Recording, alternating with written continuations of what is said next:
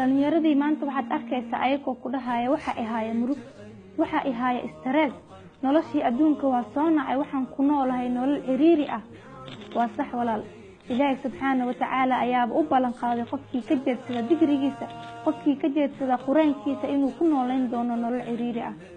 ilaahay subxaanahu wa tacaala wuxuu leeyahay waman acrada can dikri, qofkii ka jeedsada quraankayga fa inna lahu waxa u sugnaatay oo aan ku abaalmarin doonaa fa inna lahu maciishatan banka, nolol ciriiri ah ayaa u sugnaatay.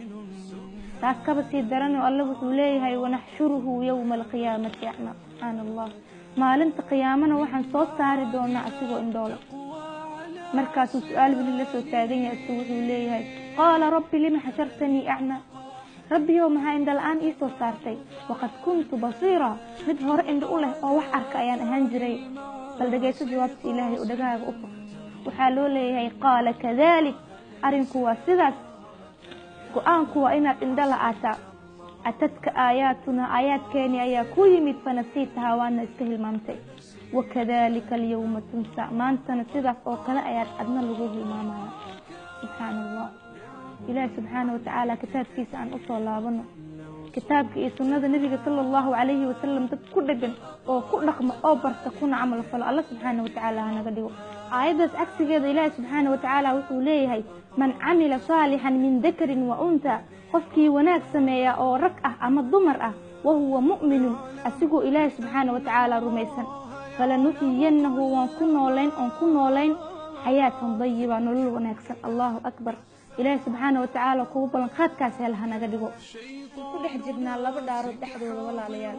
ibliisna wuu dhaartay, alla subxaana wa tacaalana wuu dhaartay. qofkii hore u ogaayna wuuba og yahay, qofkii aanan ogeynna hadda ogow oo ku baraarug.